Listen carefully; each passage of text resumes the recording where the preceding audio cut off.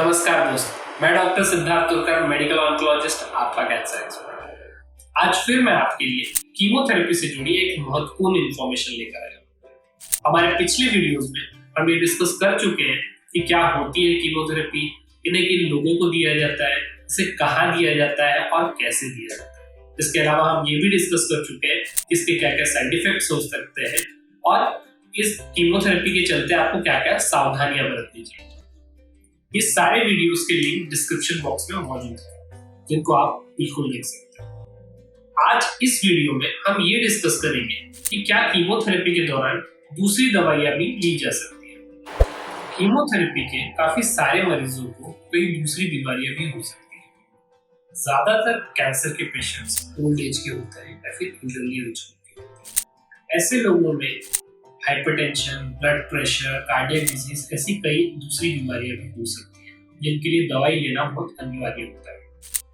Chemotherapy के patients में कई बार ये सवाल उठता है कि क्या हम ये दवाइयां कंटिन्यू करें या हम इसे रोक दें। इसमें मेरी सलाह ये रहेगी कि क्योंकि ये दवाई लेना भी आपके लिए आवश्यक है, क्योंकि ये दवाई भी दूसरी बीमारियों को कंट्रोल में रखने के लिए बहुत जरूरी है, तो आपको ये दवाइयां तो लेनी ही होगी।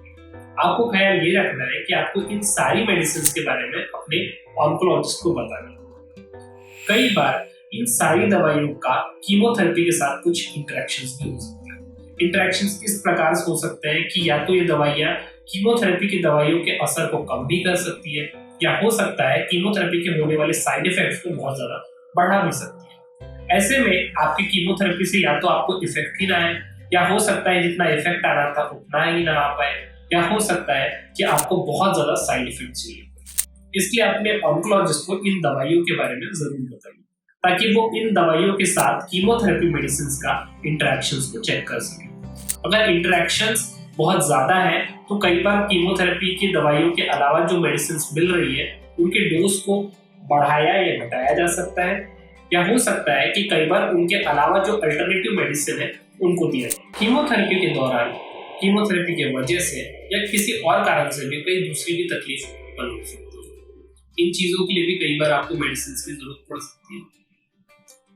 कई बार लोग directly over the counter medicine ले लेते हैं डायरेक्ट फार्मेसी से।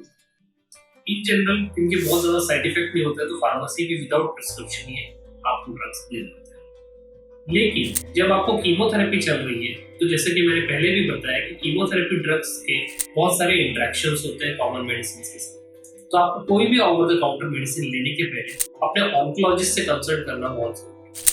आप एटलीस्ट उनसे पूछ लीजिए कि क्या ये ड्रग आप सेफली ले सकते हैं या इस दवाई से उनको और तकलीफ हो सकती है।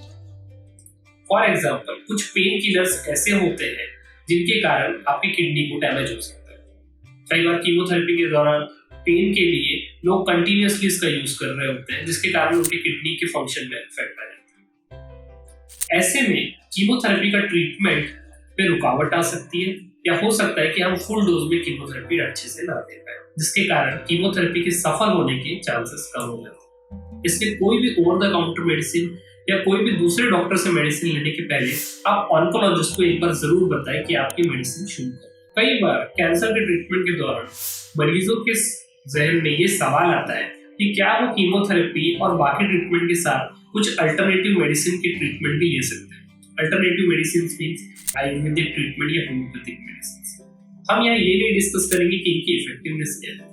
मैं ये बात करना चाहता हूँ कि कीमोथेरेपी की दवाइयों के साथ किसी भी दवाई के इंटरेक्शंस हो सकते हैं। ये सारी दवाइयाँ कुछ सेफ्टी चेक्स के साथ ही मार्केट में लॉन्च होती है, पर जनरली सेफ्टी चेक्स में इन्हें आयुर्वेदिक मेडिसिन या होम्योपैथिक मेडिसिन के साथ इंटरेक्शंस चेक नहीं होते हैं। तो इन इंटरेक्शंस के बारे में कुछ नोन जानकारी बहुत बार नहीं होती है। ऐसे में दो अननोन कंपाउंड्स को हम मिलाने के कारण कई बार ये हो सकता है कि आपके साइड इफेक्ट्स बहुत ज्यादा बढ़ जाए, या कई बार ऐसा भी हो सकता है कि आपके कीमोथेरेपी के इफेक्ट को ये डिक्रीज कर दे और आपको जितना रिस्पॉन्स आना था वो रिस्पॉन्स नहीं आ पाए। इससे आपके कीमोथेरेपी के सफल होने के चांसेस कम हो सकते हैं। इसलिए इसमें मेरी सलाह ये रहेगी कि आप कोई भी एक ट्रीटमेंट को फॉलो कीजिए। अगर आप कीमोथेरेपी ले रहे हैं तो आप प्लीज उसी मेडिसिन को फॉलो कीजिए। अगर आप दूसरी कुछ मेडिसिन लेना भी चाहते हैं तो प्लीज अपने ऑन्कोलॉजिस्ट से कंसल्ट कीजिए कि क्या ये सेफली किया जा सकता है? क्या उन्हें ऐसा कोई एक्सपीरियंस है कि इस दवाई के साथ इन चीजों को कंबाइन किया जाए तो उसके कोई साइड इफेक्ट तो नहीं होते? अगर वो कहते हैं कि इन चीजों में ये चीज सेफली दी जा सकती है, देन आप बेशक इस चीज से आगे जा सकते हैं। उम्मीद करता हूँ आज की ये इन्फॉर्मेशन आपके काम आएगी। तो जुड़े रहे हमारे साथ कीमोथेरेपी से जुड़े हर एक सवाल के लिए। नमस्कार।